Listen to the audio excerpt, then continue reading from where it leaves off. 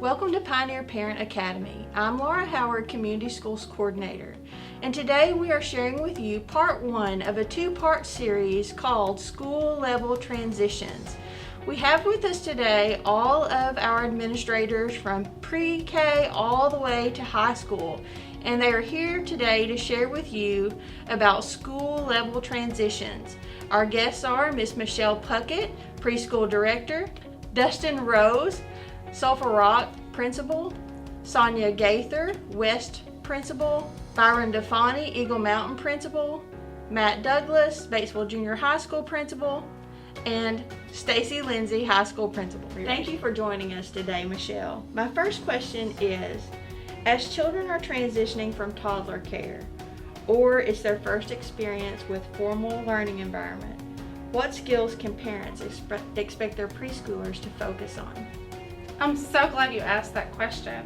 So many parents expect their kids to come in and just sit at a table and read and write all day, and that is not the situation at all. The main thing that parents need to understand is that it is just important not to do anything for a child that they can do for themselves. So if a child is capable of putting on their pants themselves, don't do it for them. If a child is capable of zipping their own pants up, don't do it for them. If a child is capable of beginning to open up their milk themselves, don't do it for them.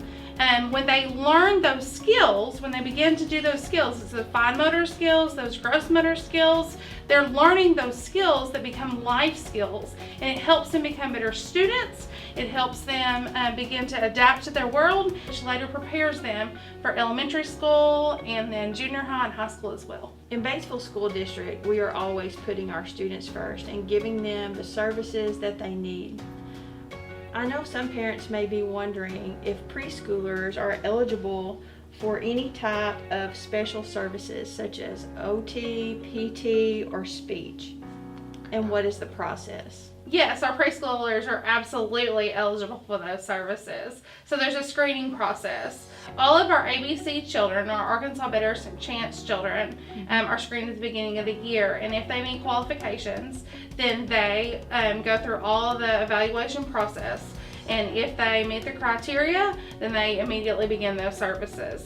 Then if a private pay child feels the need, if the parent feels the need, or if the teacher feels the need, then they are referred as well, and they are screened. What do parents need to know about your preschool staff? My staff make me proud in so many ways. My staff are truly the backbone of our program. They have many degrees in many different areas, and their passion is early childhood. So I have staff that come with psychology backgrounds, but they have found that children are their passion. All of my certified teachers, I have 4 certified teachers, and they are RISE trained. And I'm very, very proud of that fact. As soon as Preschool RISE comes out, all of my 4-year-old lead teachers, and I have 7 of those, they will be RISE trained as well. It is my desire and it is my plan to be a trained trainer as soon as that pre-K RISE does come out as well. We are on a mission for our staff to represent the children that we serve, and we are on the path for that to occur. So Michelle, what other certifications and even other professional learning opportunities are your preschool staff engaged in? And we actually have one employee right now that is taking advantage of the TEACH grant. And the TEACH grant allows staff to go back and obtain a further degree. So she has a CDA and she wanted to go receive her associate's degree. And so she is going and working on that while she is in the classroom. And I think that's an amazing opportunity. I have several employees that are going back and taking advantage of programs similar to that as well. A CDA is a certificate, but it's a certificate in child development. It's a step down. It's a certificate, but it's a step down from an associate's degree, but it is a certificate as well. It's a very thorough certificate in child development. Every staff member on my campus is CPR certified. We have an AED machine on campus as well. Um, we have this sounds rigorous, but every staff member on my campus has passed 5 background checks. So you can be reassured that when your child steps foot on my campus, that they are in good hands, and that they are very, very well taken care of. Even the subs on my campus have to pass those background checks as well. If you had to share the Batesville preschool philosophy in a nutshell, what would it be? At Batesville Preschool, we work daily to foster and encourage a love for learning. Practice this philosophy every day by using interactive read-alouds, making the connection between home, family, and school, getting the children interested in what's going on at school, making sure that the conflict resolution piece is there, getting the kids engaged in truly what's going on, those hands-on activities, anything that will get the child involved and interactive, anything that will get the child invested in truly what's going on, that's where it's at. Our next guest is Mr. Dustin Rose, elementary principal at our Sulphur Rock campus. Thank you so much for being with us today, Mr. Rose. Great, thanks for asking me to join you. Great. Our first question is, what are some skills that entering kindergarten students need that will get them off to a good start? Well, I think some of the main skills we like to look for in the incoming kindergartners, first of all, will be the skills that they would receive from a certified or a validated preschool program. And what I mean by that is those give the kids the proper protocols and procedures to know how a public school actually runs. And in addition to that, as far as the curriculum skills, we look at working with numbers. We want them to be able to know their numbers from 1 to 20, be able to identify those numbers, and also the letters, be able to identify all their upper and lowercase letters, and even get into number and letter formation if we can. Those are all great skills to have. If those are not available, if the parents are not able to get into the preschool program for some reason, the district is this year offering a new program for incoming students that have not had the pre-kindergarten. So it's going to be called Kinder Boost, and that program is going to last for 2 weeks in the summer. We'll announce dates on that as it gets closer to time. That program is going to be for these students, and it's going to be isolated, or students that identify as with no formal pre-kindergarten training. So when they come in, they're going to receive a backpack full of school supplies. They'll receive magnetic letters and numbers, and even kindergarten appropriate books for reading at home. And this is a great thing, a great service that the district is going to provide. It's going to be completely free to parents in our district. So we're really excited about that and looking forward to that, and there will even be a parent component to that, and there'll be more details come out on that later on as well. As a kindergarten student, what are the reading and math focuses? In kindergarten, we really focus on, in reading, we look at phonemic awareness and phonics. And so we really identify with the sounds of letters and transition that into print. And these are really the basic foundations of reading. So we really hone in on that and focus on that specifically in kindergarten. Now to do that, the state of Arkansas started this RISE initiative a few years back. All of the Batesville School District teachers, K-5, are trained in RISE instruction, and they are highly qualified. They have all the skills needed to teach kids in the science of reading. So we use things like phonics first, and are able to identify and raise all the kids up to a level they need to be at to be successful, because we do believe that reading is a major component that affects every other content area throughout their students' academic careers. And then we look at math. And math we really focus on in kindergarten is things like number sense. What I'm talking about with that is, we talk about number identification, being able to count. Eventually they'll count all the way up to 100. We look at basic addition and subtraction. Our teachers use calendar math each day, so that helps them associate math numbers with real life examples, and they see temperatures, they see times, they see all those things on a calendar that you would normally see. So these are all different tools that we use to focus on math. How are kindergartners' social and emotional skills met? In kindergarten, our first line is the focus is on the teachers. The teachers are the first person that they come in contact and they're with the majority of the day. So their classroom teachers do the majority of the social and emotional contact with the kids, and they teach them how to interact with each other and how to handle problems and solve and go about their daily routines and how to interact with each other students, because a lot of kids maybe are single child homes. So they come to school without that sense of working with other kids or being or playing or learning with other groups of kids. So the teacher has the most impact on those groups of kids. Now, in addition to that, we also, as they travel throughout the day, they may go to recess. The duty teachers are also in charge of that, and they'll help address the conflicts as they arise instead of waiting till a later date. So it's really a team effort on that. And then another awesome tool we have at every campus is our counselors. We have trained counselors, been trained in social emotional learning. So they'll come in and they'll do special lessons with the classes. They'll come in and talk to them about how to handle themselves throughout the day and how to interact with others and how to deal with problems as they arise. So that is an awesome tool we have, and they'll even pull special small groups if they need to. So, and even down to one-on-one talks with the kids. So we have so many different ways of teaching, and in addition to just your traditional math and reading curriculum, we also try to make sure we're shaping the whole child. Okay, so our social emotional learning is definitely a top priority for our students. For many kindergarten children, this may be their first experience with multiple teachers.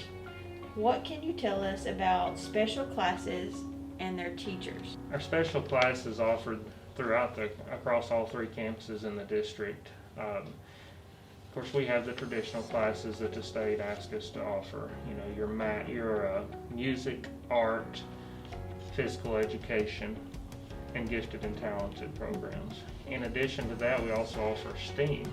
STEAM is an enrichment class that involves science, technology, engineering, math. It hones in on all the different skills and all the content areas, a lot of hands-on activities. So whether it's a teacher in STEAM or it's one of our physical education teachers or music or art, they all work closely with the classroom teachers in addition to themselves, and it's a different component. We want our kids to really enjoy the special activity classes in addition to learning, to give them something new outside of the classroom. But they work closely with the classroom teachers to see that their contents overlap and they can help each other out. So working with the kids, they communicate greatly with each other. That way, when the kids move from one activity to the next or their main classroom into the activity classroom, we don't have a lot of lost time or problems with the kids adjusting to that. With kindergartners, they're new to it, so they do a lot of introductory activities at the beginning and really get to know each other. And with the activity teachers, they don't see each other. They don't see the kids as often as classroom teachers do. So it's really important, and they really focus on those first few weeks of school of getting to know every student. Very good. What types of services are available to kindergarten students that may need some extra support? Well, once we get into the school year and we start seeing that kids, or maybe we even know coming in after speaking with parents, that certain students may need special support in different areas. Now, we offer a lot of different services to the school district. One of the first things that we always look at is we identify with the students. We give them a chance. We go through different routines and procedures with them. We go through many different curriculum directives to get to what are they needing. What kind of students in need are we talking about? Is it something that we can work with on an RTI type of an intervention, or we look at, are they short in certain areas of their alphabet or their sounds or their numbers? And we can pull small groups and work with that during our RTI time or intermediate intervention times. We also look at if they qualify, if they're coming to us and they qualify for special services such as needing OT or PT. or speech therapy services. And then that's all worked through our special programs division of our district. And we work closely with them also to provide any need that the student may have. We also, from time to time, we have students with language barriers that come to our district. So that's also worked through our district office through our ESOL or migrant program. So therefore, we can have aids and services offered on site that allows for any kind of communication barrier as well through different students with different languages. With the close of one year comes the beginning of a new year, and we know that families are beginning to think about registering their kindergarten student for school. What can you tell us about kindergarten registration? I love how you said that, number one, because each day we start a new day, we end one, we start a new one, and so we do as the school years as well. It's exciting to finish up the year, but it's also equally exciting to start another year. So we always look forward to registration and starting a student over in a new career, so to speak. And so it's an exciting time. We have a pre-registration period every year.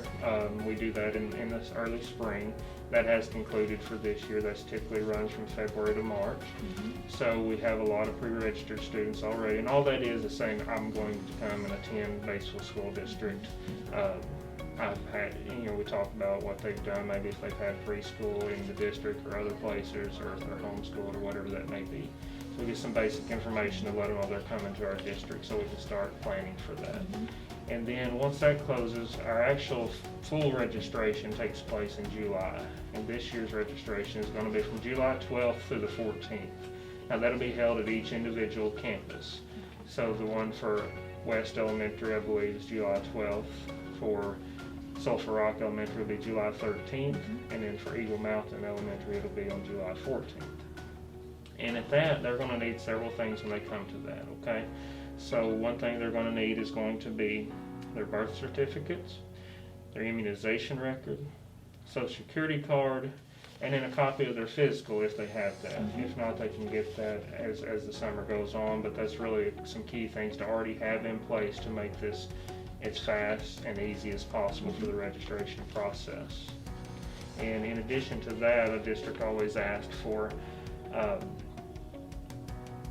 some of the forms that you would typically fill out when entering a school, and the year to year we have forms even for returning students, but we ask if those be done online, and the district is very good about communicating that with families, both incoming and returning families, and we ask for so many things that can be done online that just speeds up the process while you're on campus and gives more time to just work on seeing what we have to offer and relationships, and looking at what, really focusing on what the student needs. Because we always strive, we want to make sure the new and incoming students know that we're going to put students first. And that's what we want to hone in the majority of our time on. Our next guest is Miss Sonia Gaither, West Elementary Principal. Thank you for joining us today. Thank you for having me. Yes, our first question is, transitioning from kindergarten into early elementary can be a big transition for kids. What do parents need to know about the reading and math focus for early elementary? Okay, well, I'm going to talk about reading first. A few years ago, Arkansas had a new reading initiative come out. We call it RISE, and we had all of our teachers, 1st, 2nd, and 3rd grade across the district, trained in the RISE initiative. And within that initiative, the goals are to strengthen instruction and create a culture of reading in our classrooms. And so in 1st, 2nd, and 3rd grade, we focus on 3 main parts of that initiative. And those are phonemic awareness, that's the sounds, when we blend words together. And then we move into phonics, where we take those sounds and combine them with written letters. And then the 3rd part is vocabulary. And so that is a huge part of 1st, 2nd, and 3rd grade literacy. What about the math focus? In math, which is my personal favorite, as a former math teacher, we are looking at lots of number sense and operations. In 1st and 2nd grade, there is a huge push on place value. But probably the most important thing is fluency. In 1st grade, we want our boys and girls to be fluent within 10 when they're adding and subtracting. In second grade, we want them to be fluent up through 20, also with the addition and subtraction facts. And then of course in third grade, the biggie, multiplication and division facts, and that is huge to help them along as they go to fourth, fifth, and sixth grade math. What are some of the special classes available to students in early elementary? All of our students in first through third grade get to attend art classes each week, music, STEAM, library media, and PE. We also have gifted and talented. Now our first grade classrooms get a whole group GT lesson each week, and our second and third grade is pull out. How are social studies and science incorporated into early elementary classes? Well, we incorporate social studies in our literature lessons. The books we read have a lot to do. There's fiction and nonfiction, and it might even be historical fiction. And then for science, we use mystery science and picture perfect science at all the elementary campuses in Batesville. Tell us about the social and emotional learning opportunities for students in early elementary. Each of our campuses have a full-time guidance counselor on campus. The program they use is called Choose Love. And Choose Love is a movement that was started by Scarlett Lewis. Her son Jesse was killed in the Sandy Hook shooting. And Choose Love stands for courage plus gratitude plus forgiveness plus compassion in action equals Choose Love. And our guidance counselors go in weekly and present these lessons to our first, second, and third graders. Now we also have a partnership with The Point, and we have a school-based mental health counselor on each campus for students who may have greater needs, also to do family counseling with families. Are there after-school learning opportunities for early elementary students? All of our campuses have an after-school program where students can stay up until 5:30 if their parents are working. During that time, we offer a snack, we offer homework help, or even just extra practice on something they may be needing help in. They also have an activity time during that time. We also have a program called Save the Children. Save the Children is a partnership the Batesville School District has, and they provide an after-school program for first and second graders that need extra help in reading. It is awesome. They provide free books to our students, lots of extra things that they can take home with them, and all of our classes are taught by certified teachers. We also offer, for the fun, little dribblers at all the campuses. Our next guest is Mr. Byron DeFani, Eagle Mountain Elementary Principal. Thank you for being with us today. Thank you. Yes, our first question is, transitioning to upper elementary can often cause the structure of classrooms to look differently. What does departmentalization mean? The best way for me to describe it is to let you know that we have an individual teacher for these areas. When I say areas, I'm talking about we have a reading teacher, we have a writing teacher, we have a math teacher, and we have a science teacher. And so they focus on those in fourth and fifth grade. And that's pretty amazing because they can really hone in on their skills. What are the reading focuses for upper elementary students? Teachers are RISE certified. That's amazing, and proud of that. But one of the focuses, well, I kind of think of the focus in four different areas. The vocabulary, morpheme or morphology, and then you have fluency and then comprehension. And we focus on all four of those areas, and that makes us stronger as a group because we know what we're focusing on. What are the math focuses for upper elementary students? Our same type of procedure, I think multiplication, division, and now we're really adding fractions, and we're multiplying fractions, dividing fractions, all type of things like that. But also throughout the whole year on fourth and fifth, we're worried about multi-step math problems or word problems. We work on that every day. We don't want to forget about science and social studies. How are those subject areas integrated into upper elementary classrooms? We have a science teacher. We also have a STEAM teacher, which I'll talk about here in a few minutes again. But they work hand in hand, and it's great to have those teachers. But now seems like social studies gets left out. But we make sure that we add in the social studies with the reading right now.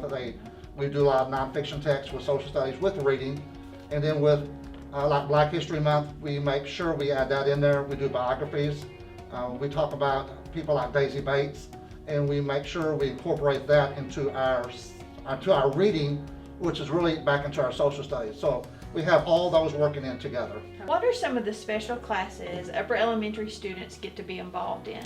One of the classes that they really love is STEAM. It's where they get the hands-on. They might be dissecting a sheep eyeball. They might be doing a lot of events like that. So it works hand in hand with the science.